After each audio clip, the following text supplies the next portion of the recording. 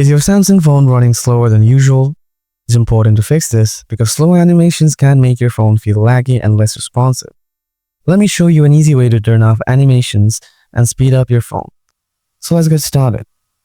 First, open up the settings, then scroll down to the bottom. Find the developer option. If you don't see the developer option there, then tap on About Phone. Next, tap on Software Information. Then tap on Build Number for 7 times. And then go back to the Settings page. Under the About Phone option, you will find the developer options. Next, tap on it. Then scroll down again. Find the Animated Duration Scale option. Then tap on it. Now select Animation Off. And that's it.